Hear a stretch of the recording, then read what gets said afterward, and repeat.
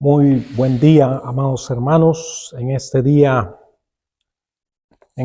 domingo, 26 de febrero de este año 2023. Les saludo en el amor del Señor. Este mensaje lo he predicado un par de horas antes ya en alemán y ahora quiero compartirlo también en español. El pasaje de la Escritura en el que vamos a meditar hoy está en Génesis capítulo 18, Génesis 18, 16 al 33. Intercesión ante los juicios de Dios. No cabe duda que estos son tiempos difíciles en los cuales nosotros vivimos y nosotros como hijos de Dios tenemos también el privilegio de orar, de interceder por las necesidades que nos rodean. Guerras, catástrofes naturales, mucho sufrimiento. Esta semana que ha pasado se cumplió un año de la invasión de Rusia a Ucrania y solo en ese conflicto que ya dura ese año se cuentan las víctimas de muertos y heridos en más de 200,000 en ambos bandos. Las cifras oficiales son mucho menores.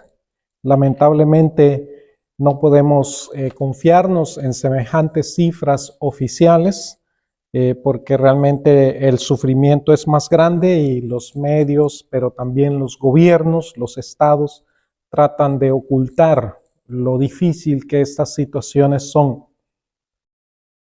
Porque si todo saliese a la luz, tal como las cosas son, hubiese mucho rechazo a estas agresiones y a estas escaladas armamentistas de conflicto que no nos van a llevar a ninguna cosa buena.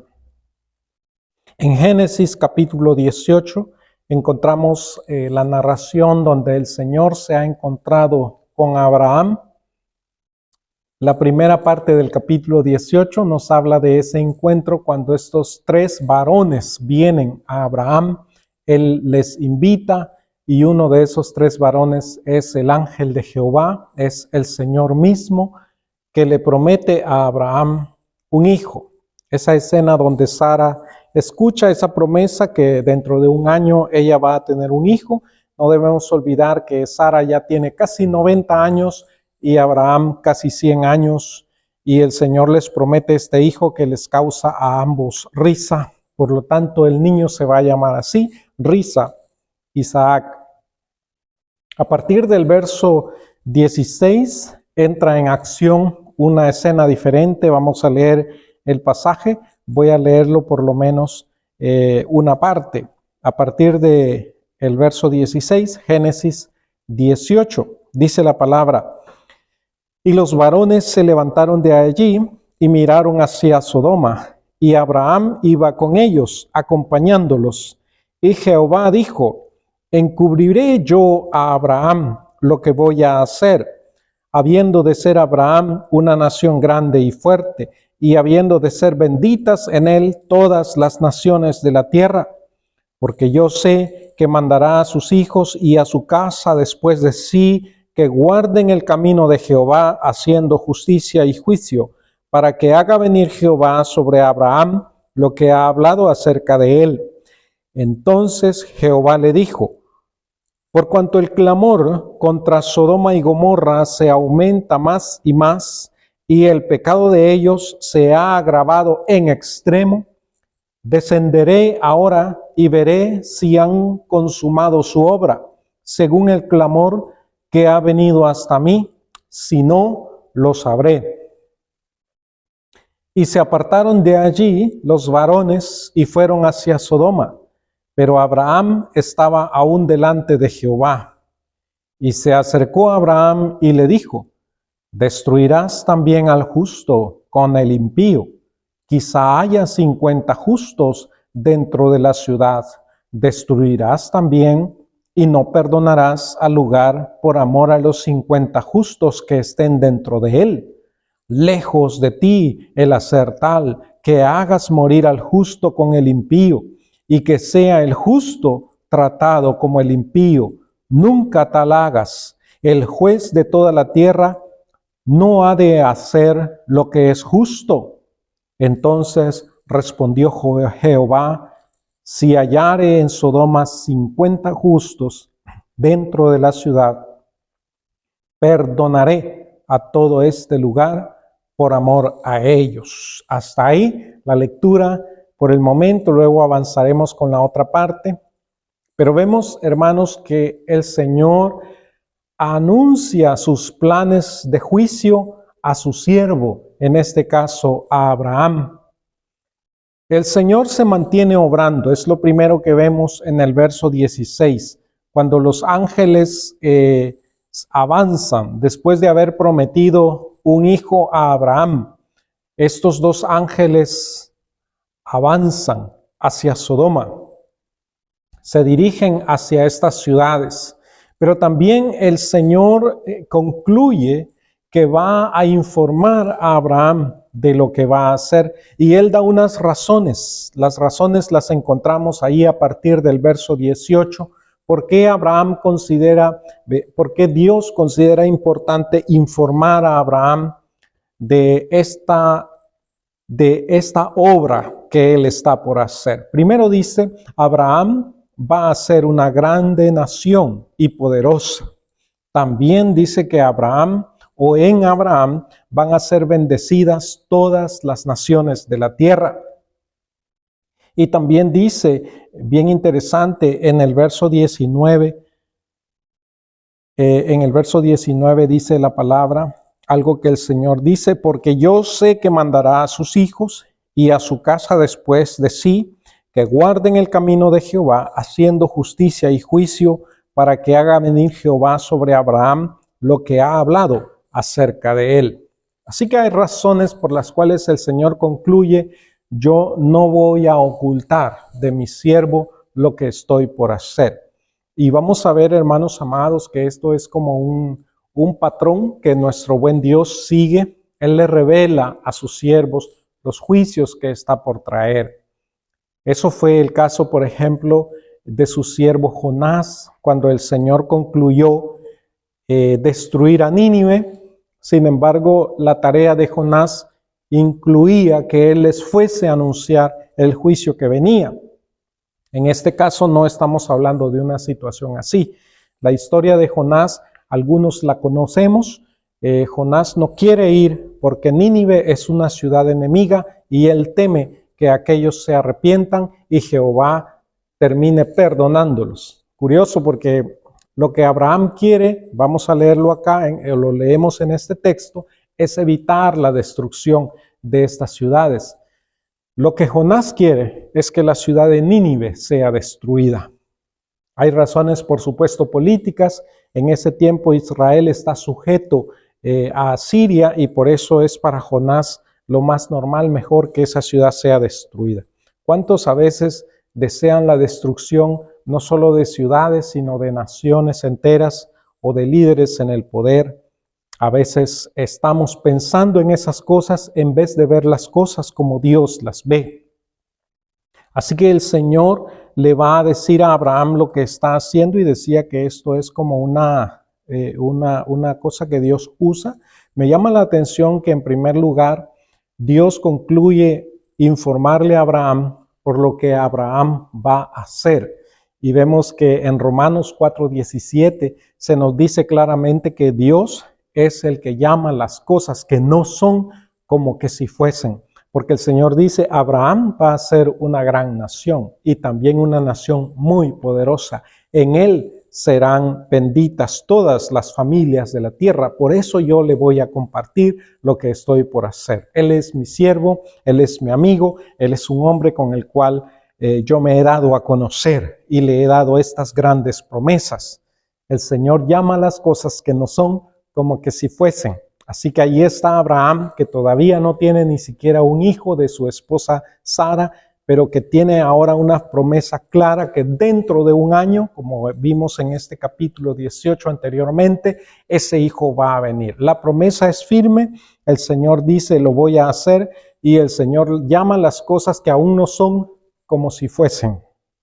Y eso nos debe ayudar a nosotros para aumentar nuestra fe, para recordar que somos hijos del Dios Altísimo y que Él también está dispuesto a escuchar nuestro ruego, pero también a compartirnos sus planes. El Señor entonces va a poner al tanto a Abraham de la situación de las ciudades de Sodoma y Gomorra. Es bien claro ahí en el verso 20, dice la palabra del Señor. Entonces Jehová dijo, por cuanto el clamor contra Sodoma y Gomorra, mire que ahí se mencionan las dos ciudades, aunque después el ruego de Abraham y el diálogo se va a concentrar en Sodoma. Naturalmente, Abraham está pensando en su sobrino Lot, que se ha mudado ahí a vivir a esta ciudad de Sodoma. Pero Abraham está pensando también, seguramente dice él, habrán otros justos ahí en la ciudad. Entonces dice, el clamor contra Sodoma y Gomorra se aumenta más y más. En el original, eso que acá se traduce, se aumenta más y más. El clamor realmente es muy grande, y lo dice la siguiente frase: el pecado de ellos se ha agravado en extremo. Son frases superlativas que hacen ver lo que el Señor está escuchando. Hay un clamor, dice, hay gente clamando por justicia. Hay gente que están diciendo que hay injusticias demasiado grandes y pecado demasiado grande en estas ciudades.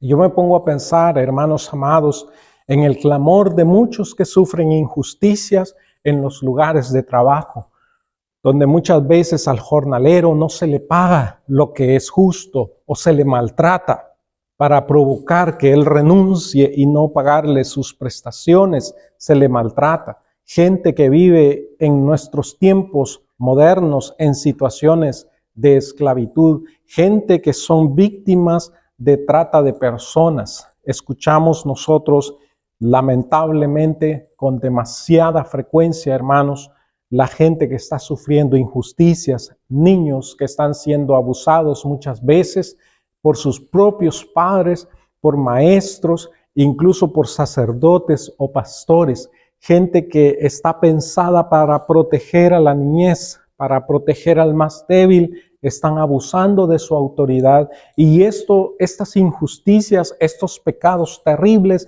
generan clamor delante de Dios. No crea usted que solamente los hijos de Dios podemos elevar un clamor a Dios. La palabra nos dice en Romanos 8 que la misma creación gime y clama delante del Señor. La palabra nos habla también de la sangre de Abel, que clama, dice que clama por justicia. Cuánta sangre derramada en nuestras ciudades, en nuestras naciones. Quizás se nos facilita ver a un agresor como Rusia, que está derramando tanta sangre, y a otro que trata de defender a toda costa su población, provocando el mismo estrago, prolongando y profundizando un conflicto que está causando incontables víctimas y desplazados, gente que tiene que huir, gente que busca refugio en otros países de Europa. Solo aquí en Alemania es más de 1 millón de gente de Ucrania que ha venido a buscar refugio después de los cientos de miles que también buscaron refugio desde el año 2015 por los conflictos en Siria. Hermanos, la tierra está en movimiento, las injusticias se están dando, la gente está clamando, la gente que va en camino, emigrando, saliendo de su lugar, abandonando sus hogares por salvar la vida, por buscar una situación mejor en lo financiero, están sufriendo y se están desplazando a diversos lugares. Y esta gente, consciente o inconscientemente, están elevando un clamor. Los niños que son abusados, los presos que están presos injustamente, claman delante del Señor, elevan su oración a Dios. Y la maldad se hace evidente en todos nuestros lugares. Y a Dios llega el clamor. Pero hay una cosa bien interesante en este pasaje que leemos en el verso 21, que Dios dice, descenderé ahora y veré si han consumado su obra según el clamor que ha venido hasta mí, y si no, lo sabré. Ahí concluye la revelación que Dios le hace a Abraham. Y es bien interesante que el Señor dice, yo voy a constatar si ese clamor es así como ha venido a mis oídos, cuando sabemos que Dios es un Dios que todo lo sabe. Pero para que se ejecute la justicia hay que ver evidencias.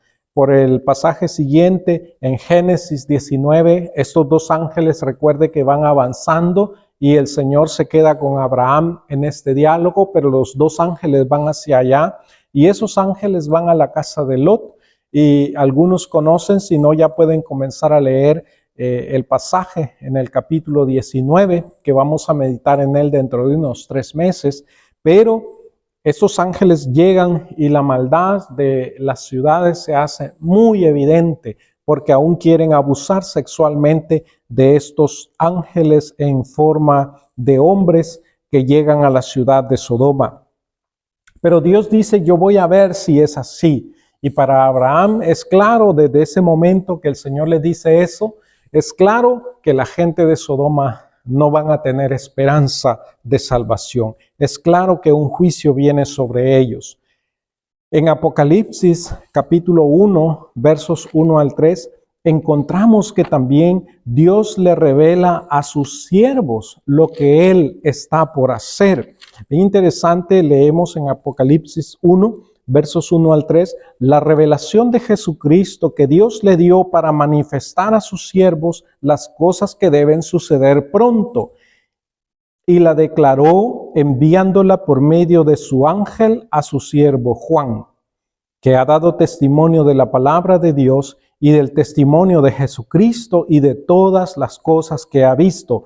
Bienaventurado el que lee y los que oyen las palabras de esta profecía y guardan las cosas en ella escritas, porque el tiempo está cerca. Viene un juicio de Dios y Dios no nos ha dejado sin advertencia. Por eso les decía, este es como un proceder de este Dios justo. Él advierte el juicio que está por venir. En las palabras, hermanos, también lo hemos visto en los profetas, en Isaías especialmente, donde también estoy predicando una serie, cómo el Señor anuncia a través de sus profetas los juicios que han de venir. Bienaventurados, dice, los que guardan la palabra de esta profecía, es decir, los que responden positivamente al anuncio de los juicios que están por venir y se vuelven al Señor, eligen caminar con Él y serle agradables. Ese es el propósito, amados hermanos, de la profecía. Es una bienaventuranza. Es lamentable que hoy en día la palabra apocalipsis ya se convirtió en una palabra terrorífica. Apocalíptico, dicen. Una escena apocalíptica es una escena de terror, una escena de destrucción. Pero la palabra apocalipsis significa revelación, es decir, Dios está mostrando a sus siervos lo que Él está por hacer. Y es bienaventurado aquel que oye esta palabra y la guarda. Qué lindo que han habido hombres y mujeres fieles a través de la historia que han preservado este maravilloso texto del Apocalipsis que ya tiene 1900 años de antigüedad. Y hasta el día de hoy lo podemos leer porque Dios nos ama y nos advierte lo que Él está por hacer. No está oculto delante de nuestros ojos lo que Dios está por hacer, especialmente delante de sus siervos. Por supuesto que hay mucha gente que habla de Apocalipsis en esos términos terroríficos y que simplemente, hermanos amados, no atienden a la palabra, porque la palabra siempre es una palabra de esperanza. La palabra siempre es una palabra de consuelo. También en Apocalipsis encontramos esas escenas de los que han sido muertos por el testimonio de Cristo Jesús.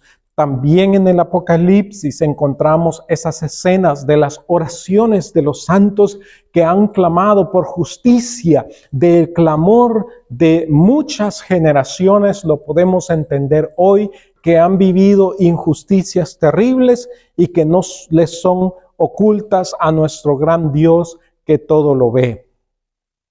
Así que el Señor le hace saber esto a Abraham y acto seguido el Señor pone en movimiento su poder, pero en ese proceso escucha la intercesión de su siervo Abraham.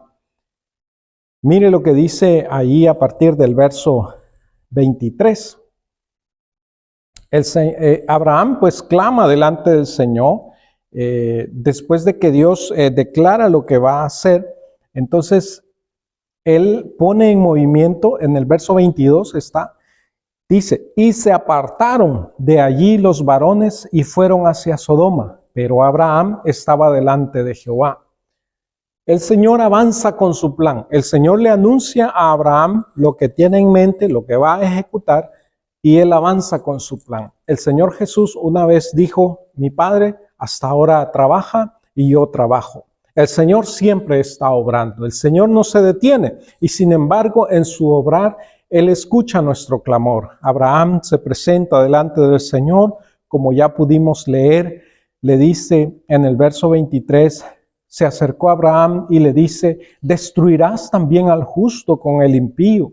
Quizá haya 50 justos dentro de la ciudad. Y hemos escuchado sus argumentos. Y le dice, el juez de toda la tierra, ¿cómo podría hacer algo así? Destruir al justo igualmente que al injusto. Y la respuesta del Señor es contundente, es clara. Y dice el Señor en el verso 26, si hallare en Sodoma 50 justos dentro de la ciudad, perdonaré a todo este lugar por amor a ellos. Yo lo voy a perdonar si hallo esos 50 justos que tú dices. El resto del texto es un texto un poco extraño porque es una especie de negociación en la cual Abraham entra con Dios.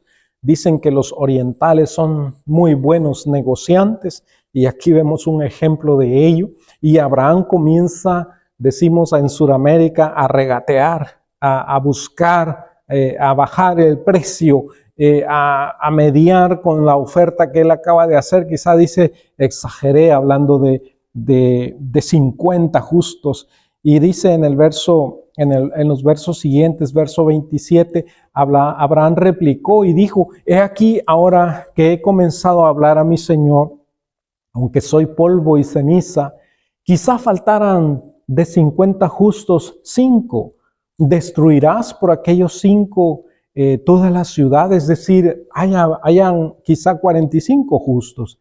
Y dijo el Señor, no la destruiré si hallare ahí 45. Pero la negociación no se termina ahí. En los siguientes versos leemos que Abraham rebaja la oferta de 40 justos. Si hay 40 justos, ¿vas a destruirla? El Señor mantiene, no la voy a destruir. 30, 20 y llegan hasta 10 en el verso final de este capítulo, verso 33, verso 32. Y volvió a decir, no se enoje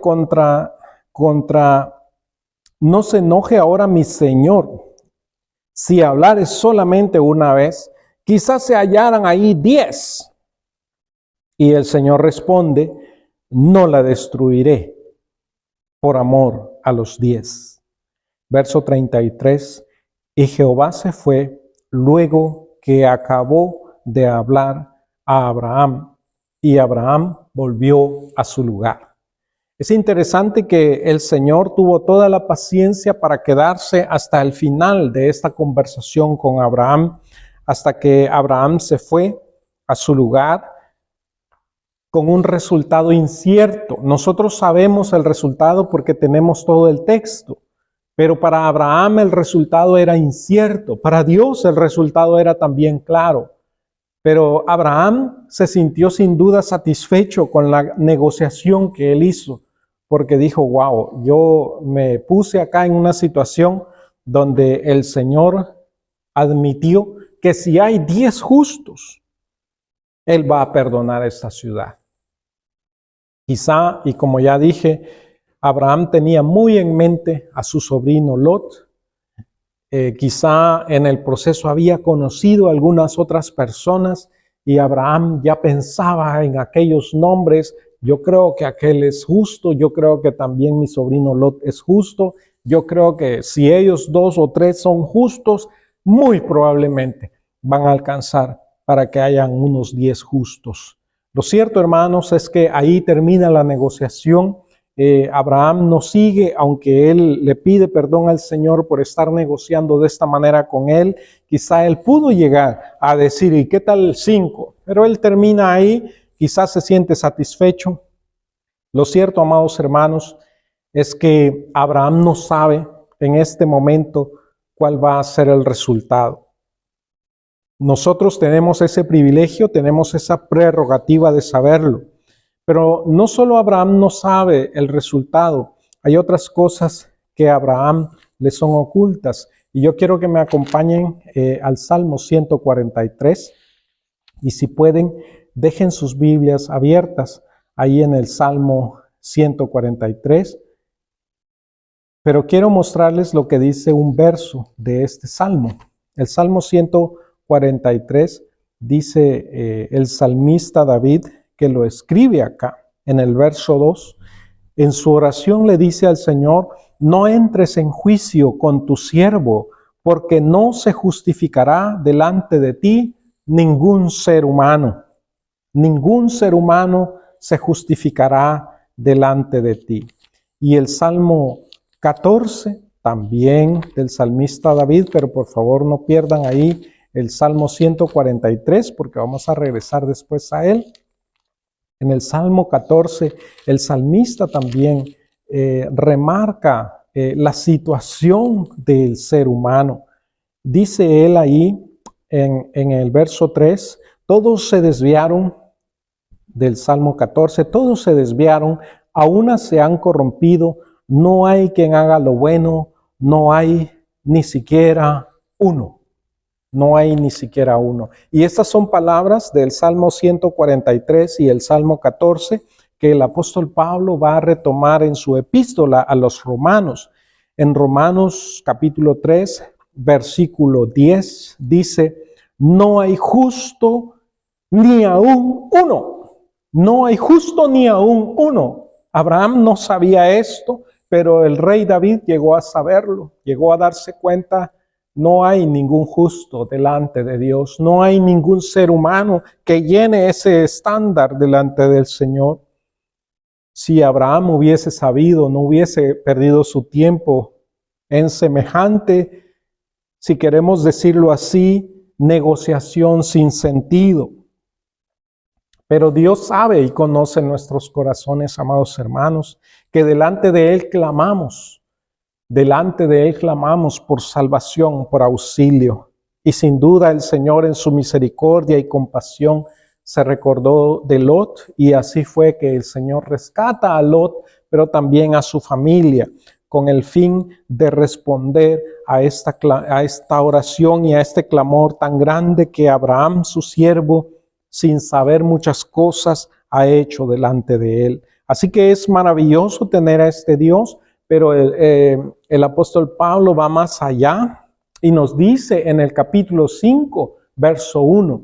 Escuchen muy bien, amados hermanos, porque si no hay justo ni aun uno, pero dice la palabra que si nosotros creímos en Cristo, hemos sido perdonados. Así que en Romanos 5:1 dice, justificados pues por la fe, tenemos paz para con Dios por medio de nuestro Señor Jesucristo. Es nuestro Señor Jesucristo el que nos ha justificado. Y comenzamos, hermanos, y nuestra atención se debe comenzar a concentrar en nuestro Señor Jesucristo.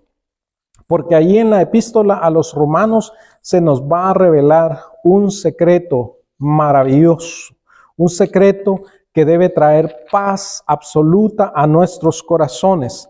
Porque a mí me han consternado, me han dejado en qué pensar pasajes como por ejemplo Ezequiel 22:30, un pasaje donde Dios dice, yo busqué quien se pusiese en la brecha y no encontré a ninguno. Porque yo pensaba en el mismo, ¿y por qué el profeta Ezequiel no era digno de interceder por la tierra, dice ahí en Ezequiel 22:30. Y después pensaba en Jeremías mismo, porque fue en el tiempo de estos grandes profetas que el Señor envió sendos juicios sobre Israel, sobre Judá, sobre Jerusalén, y no hubo nadie que se pusiese en la brecha. El asunto, amados hermanos, es que no hay justo ni aun uno. No hay una persona digna, pero el Señor Jesucristo que nos justificó, va a decirnos Pablo en Romanos 8:34, ¿quién es el que condenará? Cristo es el que murió, más aún el que también resucitó, el que además está a la diestra de Dios, el que también intercede por nosotros. Aleluya.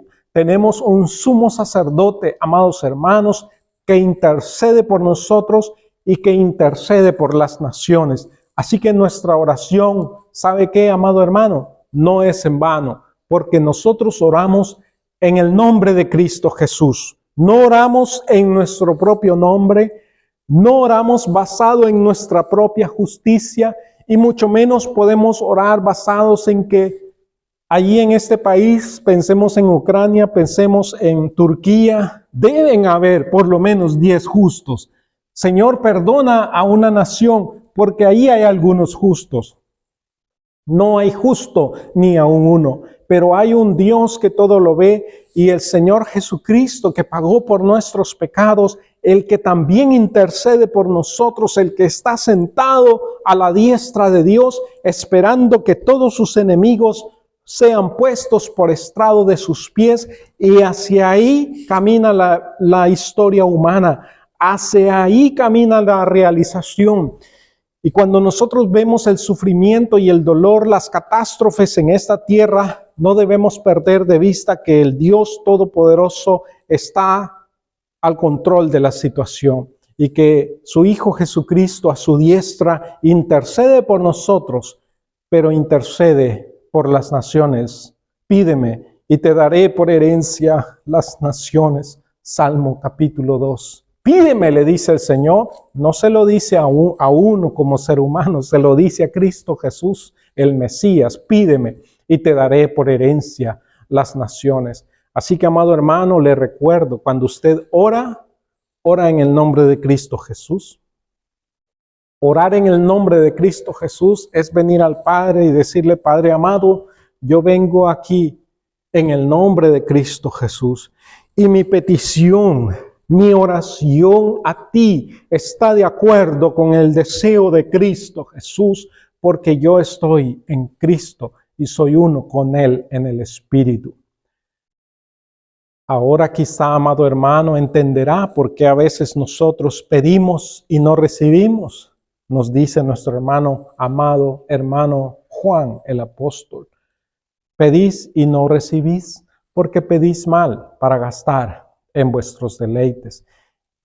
Eso no es pedir en el nombre de Cristo Jesús, sino en tu propio nombre y en tus propios intereses. Nuestra oración delante de Dios debe estar respaldada por los intereses del Señor. Así que el Señor intercede por nosotros.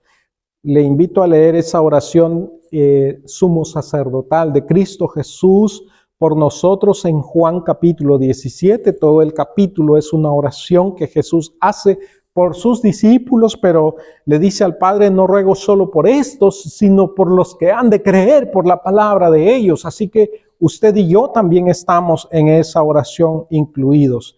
El Señor intercede por nosotros. Una vez yo compartía con unos hermanos que yo hacía oración por estas ciudades, por esta zona de aquí de Alemania. Y un hermano entonces muy contento me dijo, gracias a Dios, ahora yo ya sé quién oraba por mí. Se refería a que yo acababa de dar testimonio de que yo oraba por estas ciudades. Y ahora, hermano, que yo me pongo a pensar, la verdad es que si nosotros oramos, lo hacemos en el nombre de Cristo. El que intercede por nosotros es Cristo Jesús. Y si usted mira ahí en Romanos 8, amados hermanos, nos dice en el verso 26, ¿qué cosa hemos de pedir nosotros como conviene? pero el Espíritu mismo intercede por nosotros con gemidos indecibles. Cuando oramos, amados hermanos, también somos débiles, dice el apóstol Pablo, pero el Espíritu nos auxilia para que nuestra oración llegue al Señor. Nosotros tuvimos la visita de un hermano del Ministerio Puertas Abiertas de aquí de Alemania el domingo pasado acá en la iglesia. Y él nos recordaba, hermanos amados, que somos parte del cuerpo de Cristo. No hay dos iglesias en el mundo, una iglesia que es perseguida y la otra que está tranquila. No existe eso. Somos un solo cuerpo en Cristo. Y tenemos hermanos que están sufriendo alrededor del mundo. Tenemos hermanos en Ucrania, pero también en Rusia tenemos hermanos. Tenemos hermanos en Corea del Norte. Tenemos hermanos en Mali. Tenemos hermanos en todos los rincones de esta tierra y hermanos amados, muchos de ellos están padeciendo persecución en Nicaragua, en México, en Colombia, en los países de África del Norte, en el Medio Oriente, en la península arábica, en otros lugares del mundo, nuestros hermanos sufren persecución. Y vamos a hacer esta oración en el nombre de Cristo Jesús, basada en el Salmo 143. Yo te pido, si quieres tener el Salmo a la vista, vamos a orar juntos. Pensando en nosotros como cuerpo de Cristo, estamos en Cristo y oramos en el nombre de Cristo Jesús. Oye, Jehová, mi oración, escucha mis ruegos, respóndeme por tu verdad, por tu justicia, y no entres en juicio con tu siervo, porque no se justificará delante de ti ningún ser humano.